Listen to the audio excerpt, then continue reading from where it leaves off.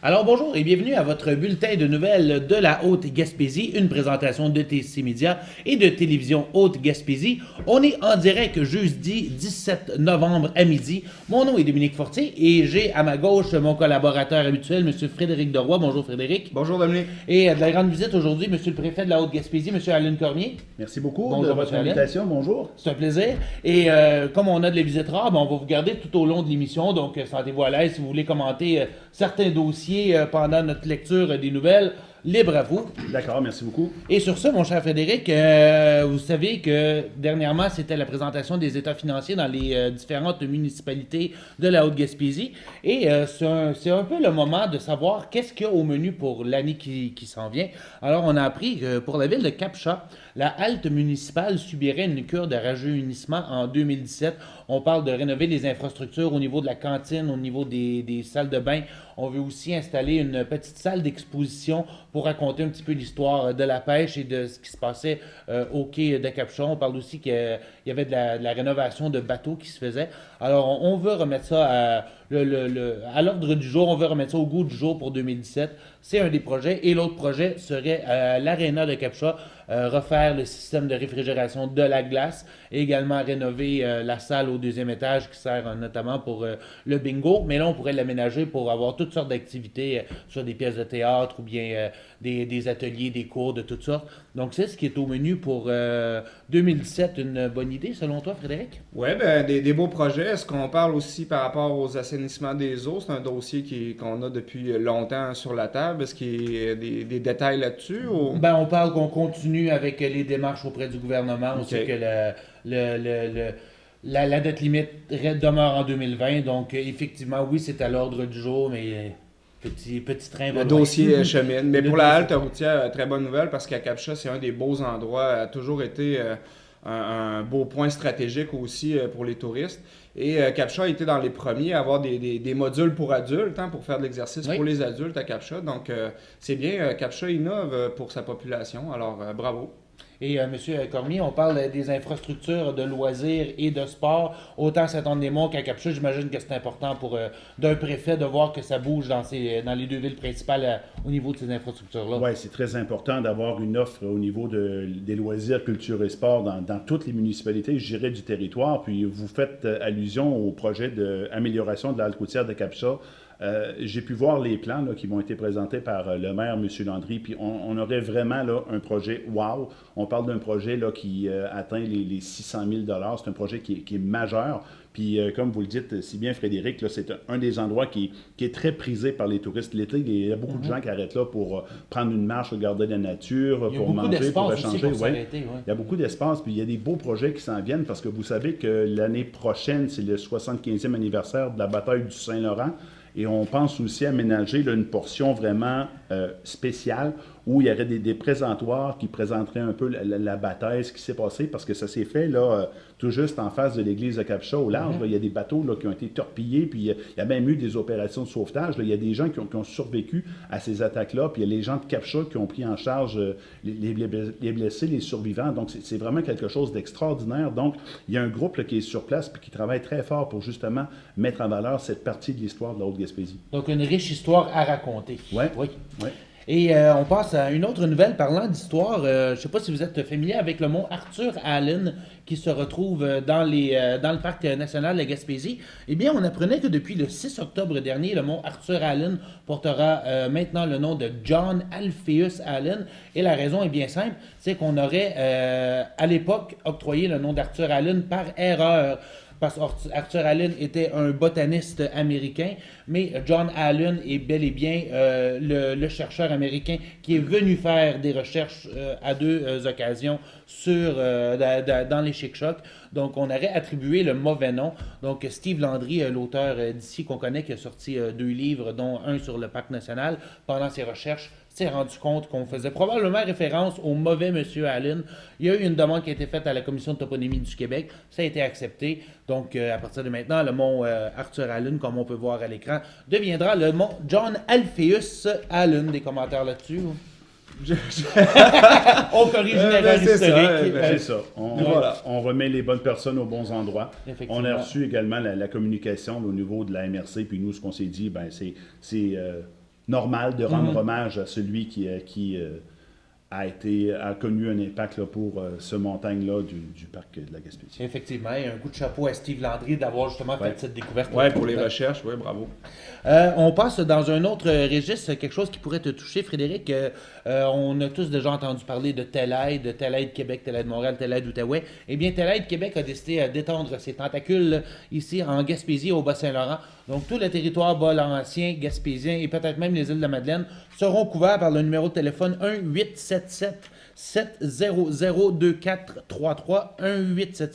1-877-700-2433. C'est le numéro qu'on peut appeler 365 jours par année de 9h à minuit. Et Telaide, c'est une ligne d'écoute sans frais pour les gens qui sont en détresse, problèmes de dépression, d'anxiété, de stress, même des idées suicidaires. On peut appeler à Telaide. Ils vont nous rediriger vers les ressources appropriées aux besoins, mais ça se veut d'abord une ligne d'écoute. C'est ce qui est important de retenir. On n'offre pas des solutions toutes faites et on ne dira pas une de perdue, 10 de retrouvée. On va prendre le temps d'écouter avec empathie. Ben, c'est une excellente nouvelle parce que, comme un peu c'était dit dans ton article, on est dans des petites communautés. Hein, fait que c'est difficile des fois de trouver quelqu'un de complètement en dehors de notre réseau, qui ne nous connaît pas, qu'on peut se confier et dire des choses qu'on n'oserait pas dire à des gens qui nous connaissent un peu. Donc, par rapport à tout ça, c'est vraiment une bonne idée. Là, moi, je suis en plein Movember, donc, et puis j'ai décidé de parler de la santé mentale cette fois-ci, parce que maintenant, ça couvre toute la santé globale de l'homme. Et au Québec, on a 3 personnes chaque jour qui meurent de suicide, et dont les 3/4 sont des hommes. Donc, une ligne comme ça où on peut appeler, se confier, des fois, ça fait toute la différence entre poser un geste irrécupérable ou continuer à aller de l'avant, aller chercher de l'aide dans des ressources qu'on peut se faire suggérer. Donc, c'est une excellente nouvelle pour la région, mais pour le Québec en général, une ligne comme ça, anonyme, de pouvoir se confier. Des fois, ça prend juste ça, hein, de pouvoir s'alléger un peu la conscience ou des fois juste parler de nos problèmes. Donc, très bonne nouvelle. Donc, le numéro est retrouvable facilement sur le site Nouvelle Haute-Gaspésie, sur le Facebook. Oui, je peux le répéter, 1-877-700-2433, 1-877-700-2433. Et justement, c'est confidentiel, autant la personne qui appelle que le bénévole. Oui. On ne sait pas à qui on parle, mais c'est un bénévole qui est reconnu. Et c'est tous des gens qui ont eu une formation en écoute active. Et certaines personnes ont même jusqu'à 27 ans d'expérience en écoute active. Donc, on n'a pas affaire à n'importe qui. Ça fait partie de notre quotidien, les personnes qui vivent des difficultés, là. Ça m'est arrivé à 2 reprises, 2 cas vraiment dignes de mention, dont une jeune dame qui m'avait appelé à la MRC, voilà quelques années. Elle me raconte qu'elle est enceinte, que sa relation avec son conjoint est terminée et elle voulait mettre un terme à ses jours. Imaginez, là, quand vous êtes à la MRC et vous recevez un téléphone comme ça, à ce moment-là, qu'est-ce qu'on fait? Bon, on va chercher le maximum d'informations. Par la suite, je me suis rendu chez la dame, discuter avec elle, établir un climat de confiance et par la suite, j'ai contacté les autorités là, du C3S ici là, pour avoir les ressources adaptées pour venir en aide à la dame. Puis je l'ai revue par la suite, puis là, elle s'est reprise en main. Elle travaille, puis elle a eu son bébé, tout ça. Donc, honnêtement, je suis tellement content que ça ait connu une fin heureuse, mais ça aurait pu virer au drame aussi. Puis je pense que des initiatives comme ça qui peuvent venir en aide aux gens qui sont en détresse sur notre territoire seront toujours les bienvenus parce que aussi, des fois, on arrive à une situation qui est extrêmement critique, mais ça peut être une personne âgée qui souffre de solitude, qui a besoin de parler aussi. C'est pas toujours des situations extrêmement graves ou extrêmement dramatiques, mais... Briser l'isolement, là. Ouais, puis je pense que ça fait du bien. Si on pourrait faire une analogie avec les incendies, je pense que c'est important d'intervenir aussitôt que la lumette est allumée, pas attendre qu'il y ait un gros feu, d'intervenir. Donc, des initiatives comme ça sont toujours les bienvenues, sont toujours saluées sur notre territoire. Et voilà. Et la dame qu'on voyait justement sur la photo, c'est Céline Coutu, la directrice de Telaide Québec. C'est son initiative à elle d'étendre le service jusqu'en Gaspésie. Et voilà, on la voit ici, Mme Coutu. On la remercie. C'est grâce à elle si le service est rendu ici. Un petit saut dans le passé. avant l'élection du gouvernement Trudeau, nous avions Philippe Thune, qui était député néo-démocrate pour la Gaspésie. Eh bien, on a eu des petites nouvelles de Philippe Thune. Il est déménagé dans la vallée du Haut-Saint-Laurent, en Montérégie, plus précisément dans la municipalité de Ormstown, où il s'est déniché un emploi comme directeur général de la municipalité. Alors, il racontait que c'était une ville en pleine croissance et qu'il voulait relever de nouveaux défis. Alors, ne voulant pas retourner en politique fédérale active, c'était quand même une bonne alternative. Donc, on salue M. Thune, qui a été député néo-démocrate de 2011 à 2015 pour la Gaspésie. Avait été élu dans la fameuse vague orange, si Exactement, je me souviens. oui, tout à fait. Et on passe à des bonnes nouvelles pour nos jeunes de la région. L'Arsenal de Sainte-Anne-des-Monts, de l'école Gabriel-Lecourtois, ils ont entamé la saison 2016-2017 avec beaucoup de succès. Rappelons qu'il y a, pour les gens qui ne sont pas familiers, l'Arsenal, c'est le nom général pour toutes les équipes de l'école. Donc, il y a 3 équipes de volleyball sous l'enseigne l'Arsenal, équipe de soccer, donc tout le monde s'appelle l'Arsenal. Et ici, on parle des équipes cadettes, juvéniles, et benjamines, qui ont tous remporté leurs 7 premiers matchs, ce qui les met en tête de classement. Et aussi, la deuxième équipe, un peu le club école, les benjamines, l'équipe numéro 2, qui sont surtout des filles du primaire, ont eux aussi commencé en Lyon en rapportant même un match contre Matane, ce qui n'est pas rien. Donc, un bon début pour l'équipe de l'Arsenal. Et on sait que l'école Gabriel-Lecourtois est fort reconnue pour leur succès en volleyball. Je pense que Frédéric, tu peux en témoigner aussi. Là. On se rappelle des sœurs Servant qui ont fait la fierté de la ville en volleyball, et ça se poursuit cette année. Oui, il s'est installé une belle tradition de sport à l'école Gabriel-Lecourtois, mais c'est aussi beaucoup le personnel qui tourne autour de tout ça, qui pousse pour développer ça. Et maintenant, on a volleyball, on a cross-country, on a soccer, et sans oublier l'équipe de natation aussi qui est implantée depuis la fin des années 80. Donc, beau contexte sportif, puis ça aide aussi à plusieurs élèves d'avoir un sentiment d'appartenance à l'école, ça éloigne du décrochage. Donc le sport à l'école, c'est toujours une belle option à ajouter là, dans toute la vie étudiante. Puis on pourrait faire un bon clin d'œil aussi à nos jeunes là, qui s'illustrent au niveau de l'haltérophilie. Oui, il y a des jeunes qui... Je pense que le sport, c'est une des belles façons. Puis je vais peut-être faire un parallèle avec ce qui se passe avec Animation Jeunesse au Gaspésie dans la portion est du territoire. Là, c'est une personne qui est embauchée. À l'époque, c'était Patrick Rioux qui a été remplacé par la suite. Mais simplement, les municipalités qui se sont jumelées ensemble sur le territoire de la Marthe, à Sainte-Madeleine, de la Rivière-Madeleine, pour offrir une série d'activités en loisirs, culture et sport pour permettre aux jeunes d'aller beaucoup plus loin. Puis même, à un moment donné, il y a une mère de famille qui est venue nous rencontrer un soir lors d'une réunion puis qui nous disait que depuis que son jeune faisait du sport, c'est un jeune qui avait des gros problèmes de concentration à l'école, qui avait des problèmes de consommation, qui ne réussissait pas bien. Mais simplement le fait de s'impliquer, de participer à des activités sportives, la mère a dit, avec un très beau sourire, je ne reconnais plus mon jeune, mais de façon extrêmement positive. Donc, ce que vous faites au niveau de la natation, ce qui se passe au niveau du volleyball, ce qui se passe au niveau de l'haltérophilie, tout ça, ça permet aux jeunes de développer son estime de soi, puis ça lui permet aussi, il devient même plus concentré, plus performant à l'école. Donc, le sport a vraiment un impact majeur, un impact extraordinaire pour nos jeunes. Puis je sais que tu t'impliques beaucoup au niveau de la natation, Frédéric, donc je prends le temps aussi de souligner ton travail. C'est important, bien gentil, ce que vous faites pour les jeunes. Oui, c'est un objectif de plus que les jeunes peuvent se donner et ça l'aide à la motivation, effectivement. Et on reste dans le domaine des sports. Une autre qui fait la fierté de la Haute-Gaspésie, Isa-Marie Saint-Amand, qui a été nommée... pardonnez-moi si ma prononciation est mauvaise, la Rainer de l'année. C'est en équitation, pour ceux qui ne sont pas au courant. C'est avec son cheval qu'on voit à l'écran, J.J. Wisberry, qu'Isa Marie Saint-Amand a remporté pour une 2e année consécutive le titre de Rainer de l'année. C'est grâce à des performances, notamment en Liku et en Reining, qu'elle a réussi à décrocher cet honneur. Et pour que les gens sachent de quoi il s'agit, le Reining, c'est une discipline de dressage qui consiste à contrôler la monture de manière précise en exécutant un enchaînement de figures. Et quant au liku, c'est une démonstration de la complicité entre le concurrent et son cheval par le biais de manœuvres de finesse et de précision. Alors, tout ça lui a valu le titre pour une deuxième année consécutive et elle a également mérité un trophée de niveau recrue niveau 1 dans la NRHA, la National Reining Horse Association, qui est un cran plus haut que l'association de reining de l'Est du Québec. Alors, félicitations à Isa-Marie Saint-Amand.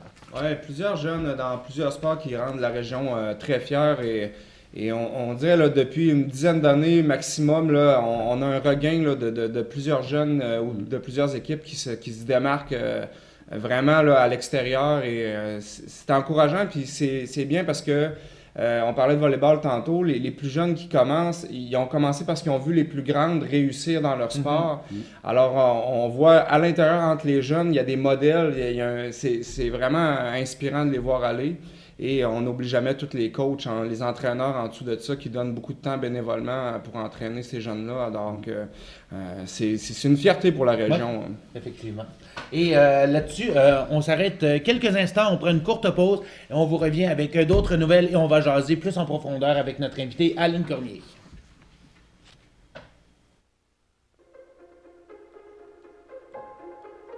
Moi, ce qui me transporte avec la régime, c'est que je suis en sécurité.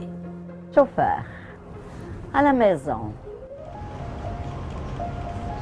Moi, ce qui me transporte avec le régime, c'est que je peux prendre du temps pour moi et mes amis.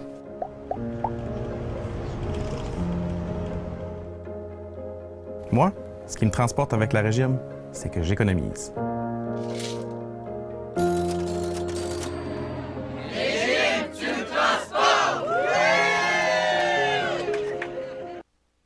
Alors, nous sommes de retour, toujours accompagnés de Frédéric Deroy et Aline Cormier.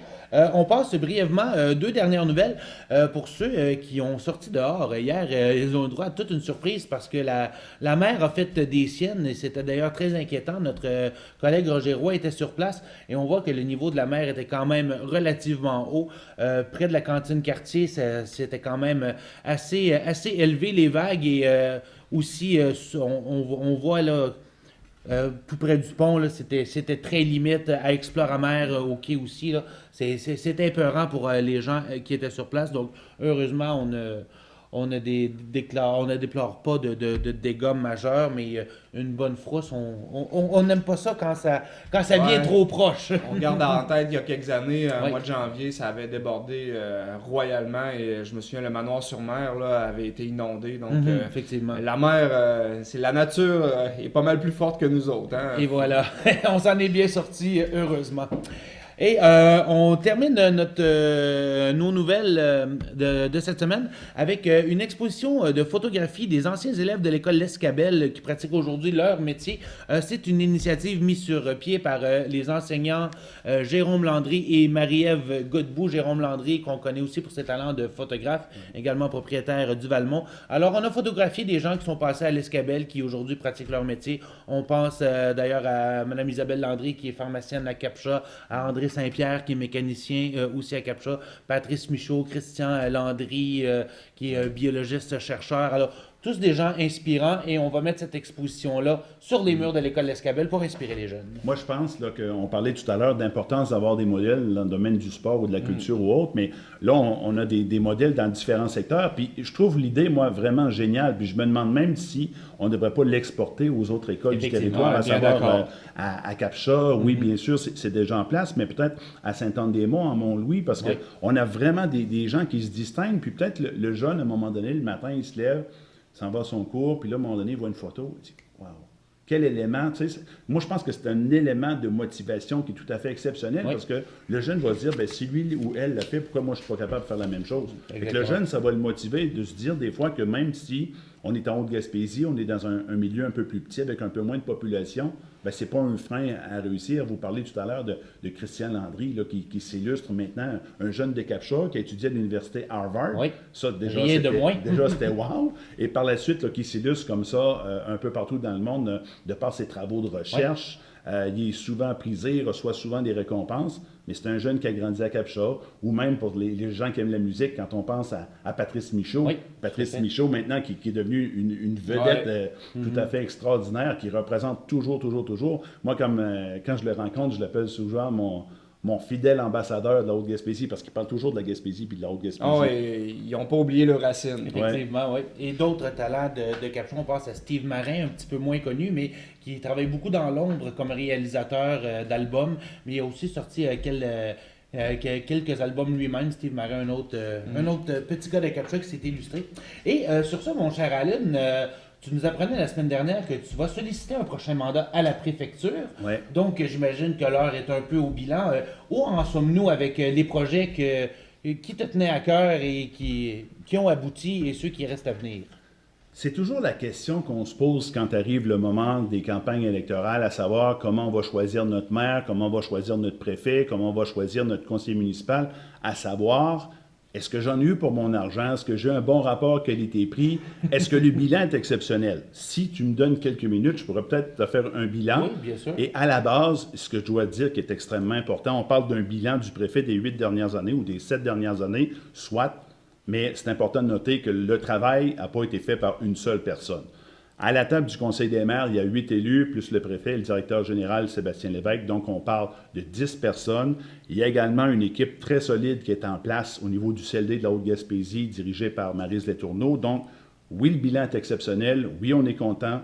Oui, il y a des belles choses. Puis, on pourrait aussi ajouter que tout le travail qui se fait aussi en collaboration avec nos députés ou nos ministres au niveau provincial. Même chose au niveau fédéral. Donc, oui, il y a des belles choses qui se sont accomplies. Mais c'est important de souligner que ça ne s'est pas fait par une seule personne, c'est un travail d'équipe.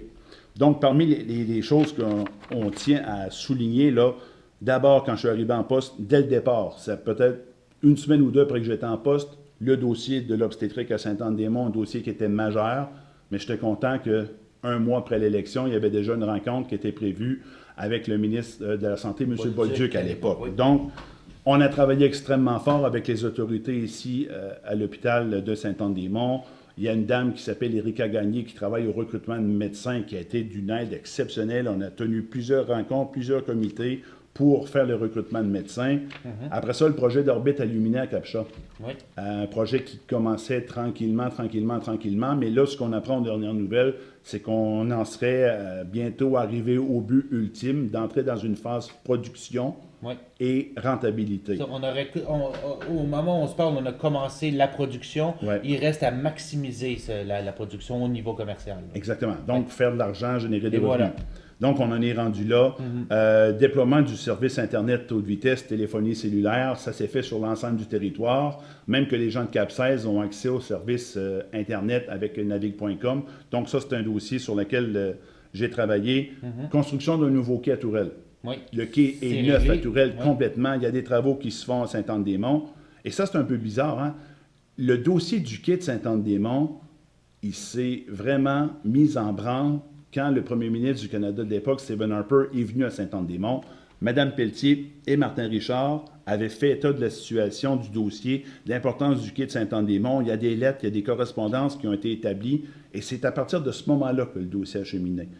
Par la suite, je pourrais vous parler de la mise en place de notre ressource pour l'accueil des nouveaux arrivants et des personnes immigrantes sur le territoire. Christine Normand, que vous avez eu d'ailleurs en entrevue Exactement. tout récemment. Ils ont un fort taux de rétention année après année. C'est très impressionnant de voir comment les gens demeurent ici. Le travail est extraordinaire. On parle d'une centaine de personnes accueillies au cours des 2-3 dernières années. Là, c'est vraiment extraordinaire. Parce qu'on ne se le cachera pas que le défi majeur pour la Haute-Gaspésie au cours des prochaines années, oui, ce sera toujours le développement économique, le maintien des acquis, mais la démographie, c'est important de garder un seuil de population si on veut continuer d'être en mesure d'offrir des produits, des services, de faire virer notre économie, que nos entreprises performent. Ça prend de la population, puis si on veut garder nos écoles aussi. Donc, le travail qui se fait au niveau de l'accueil et de la rétention des nouveaux arrivants et des personnes immigrantes, Essentiel. extrêmement important. Puis il y a Pascal Landry également qui est à Place aux Jeunes, qui fait un travail remarquable. Travaille en étroite collaboration avec Mme Normand, d'ailleurs. Oui, puis aussi, parler d'étroite collaboration. Hier, je rencontrais les gens de l'entreprise d'Amabois de Capcha. C'est dans les cartons d'un projet d'expansion, l'usine de Capcha. Donc, oui, on travaille, Mais on veut encore plus. Peut-être installer une nouvelle ligne de siège qui permettrait d'embaucher 4 ou 5 personnes de plus et qui permettrait de passer ce qu'on appelle le petit bois. Et on s'entend que pour une entreprise qui œuvre dans le bois, Ouais. de penser expansion, c'est une très bonne nouvelle dans l'état actuel des choses. Moi, j'ai toujours en tête, imaginez, quand on a assisté à la relance des activités de l'entreprise Deniso Lebel de Capcha. Le moulin était fermé depuis 3 ans. Puis moi, de mémoire, autant d'élus que de personnes du domaine des communications, parce que j'ai occupé votre siège pendant une vingtaine tout à d'années, fait. jamais de toute ma vie, j'avais vu ça, un moulin qui est fermé, 3 ans, réussir à repartir. Très peu de gens croyaient que ça allait se concrétiser d'ailleurs. Là. Donc, quelques personnes voyaient le potentiel, mais beaucoup de gens avaient déjà jeté la serviette là, dans ce dossier-là. Puis, on a assisté, là, je ne sais pas combien de rencontres et combien de téléphones qu'on a eu avec, à l'époque, c'était Laurent Lessard qui était le ministre responsable des ressources naturelles. Je me rappelle la première fois, première lettre qu'il m'envoie, il me dit « Bon, j'ai le plaisir de vous annoncer que Deniso Lebel aura un volume additionnel de 3000 m3. » Je prends le téléphone, j'appelle Laurent Lessard, je dis « Coudonc, qu'est-ce que tu veux que je fasse avec 3000 m3, là? C'est pas des cure-dents qu'on fait, c'est des planches pour la construction, là. » Donc, à ce moment-là, il y a eu des présentations, encore une fois, avec Frédéric Lebel. On a rencontré à nouveau le ministre Lessard à Québec. Finalement, on a passé de 3000 m3 à 30 000 m3 additionnels. Donc, on a eu au-dessus de 100 000 m3 de bois. Mais juste pour rester dans le bois, parce que dans l'actualité, là, on commence à reparler d'une prochaine crise du bois d'œuvre et tout. Comment la MRC voit ça se présenter? Y a-t-il un plan de match ou qu'est-ce qui se passe par rapport à ce dossier-là, la forêt en général? Mais c'est certain qu'il y a eu des interventions de fait, là. Ça serait entre les premiers ministres, autant entre Justin Trudeau et maintenant Donald Trump, à savoir la fameuse taxe là, de 25% qui va être imposée. Ça fait craindre le pire un peu pour nos usines de sciage. On voit arriver l'échéancier de mars, puis on est très inquiet, mais c'est certain qu'au niveau de la FQM, Fédération québécoise des municipalités, puis l'Union des municipalités du Québec, il y a des représentations qui se font également. Puis je pense aussi que oui, il faut régler le problème avec les États-Unis, mais il faudrait peut-être voir aussi est-ce qu'il y a des possibilités, des opportunités de développer des nouveaux marchés, comme par exemple avec la Chine ou avec l'Europe ou autre. Et M. Cormier, malheureusement, je dois mettre le pied sur l'accélérateur. Il reste à peine 4 minutes. Bon, je vais y aller rapidement, rondement. Peut-être rapidement vous parler d'autres beaux projets là, qui ont vu le jour. Développement de la marina à Sainte-Madeleine, d'Arrivée-Madeleine. On suit de très près aussi le dossier d'agrandissement de la cale sèche, le bureau de navigation de l'Éméchin. Présentement, on a environ 200 personnes qui sont sur la liste de paye. Mais il y a au moins une centaine de personnes là-dedans, que c'est des gens qui sont issus de la Haute-Gaspésie. Donc, on suit le dossier très près, de très, très près. Puis, peut-être aussi un petit clin d'œil, vu qu'on est dans les locaux de la télévision de la Haute-Gaspésie. C'est un dossier qu'on a porté là, pour aider à l'acquisition d'équipements, tant à Saint-Anne-des-Monts qu'à Mont-Louis. Là, on a donné un coup de main à l'implantation des télévisions, pas l'implantation, mais à l'acquisition d'équipements pour permettre d'offrir une meilleure présentation avec un meilleur produit, des nouveaux équipements. Puis aussi, c'est certain que notre ami Roger prend plaisir à travailler avec des équipements à la fine pointe de la technologie. Tout à fait. Et rapidement, Alun, qu'est-ce qui est dans les cartes? Qu'est-ce qui s'en vient? Qu'est-ce qu'on voudrait voir se concrétiser dans l'année qui vient avant la fin du mandat? Bon, l'année qui vient, là, des dossiers majeurs sur lesquels on travaille. Pour Saint-Anne-des-Monts, il y a le dossier de mise à niveau de la Maison de la Culture. C'est un projet d'environ 5 millions, mais c'est un projet qui tarde à se réaliser. On est en train aussi de regarder comment va se faire la mise à niveau de l'aéroport de Saint-Anne-des-Monts, qui a besoin d'être allongé, qui a besoin d'être élargi, que le système d'éclairage a besoin d'être fait. C'est un dossier qui était là quand... Je dis, c'est un dossier qui est là. Les élus doivent avoir hâte que ça débloque, ce dossier-là. Puis là, on a procédé à l'embauche d'une firme spécialisée, justement, qui va nous faire différents scénarios avec différents prix. Puis par la suite, on va aller voir nos ministres provinciaux et fédéraux pour voir comment on pourrait être appuyé à ce niveau-là. Et on va surveiller ça de près. Et rapidement, peut-être un petit dernier? Ben, bien sûr, comme je vous disais, là... Il va falloir que vous reveniez. Non, mais l'aéroport, c'est sûr, c'est un dossier qui est majeur. Mais je me rappelle aussi de la visite de M. Bolduc pour l'inauguration, puis par la suite Gaétan Lelièvre, parce que ça a été inauguré à de nombreuses reprises, le centre de formation professionnelle en Haute-Gaspésie. Un 3e programme, ça en prend un. On a eu plomberie-chauffage, on a eu montage de lignes électriques, mais c'est clair que ça prend un 3e programme. Le programme qu'on a identifié est conduite d'engins de chantier. Sauf qu'au niveau de la Commission de la construction du Québec, ça semble un peu difficile, il va falloir travailler fort. Puis là, ce qu'on nous dit, c'est qu'on nous proposerait peut-être un autre programme, sauf qu'un autre programme, c'était analysé, mais ça prend un programme qui est attrayant, qui est attractif. Parce que montage de ligne électrique, là, on ne se cache pas, là, ça, c'est un succès sur toute la ligne. Nos étudiants qui terminent ici, plusieurs ont été embauchés par Hydro-Québec. Puis c'est un outil de développement économique extraordinaire parce qu'il y a des jeunes de l'extérieur qui viennent étudier chez nous. Donc, c'est une belle vitrine pour Sainte-Anne-des-Monts. Ce que ça nous prend, c'est une 3e formation. Wow! Et on va avoir des nouvelles là-dessus rapidement. Souhaitons-le. Alain Cormier, merci infiniment d'avoir été avec nous. Frédéric Deroy, merci infiniment. Alors là-dessus, on se quitte. Merci beaucoup et à la semaine prochaine.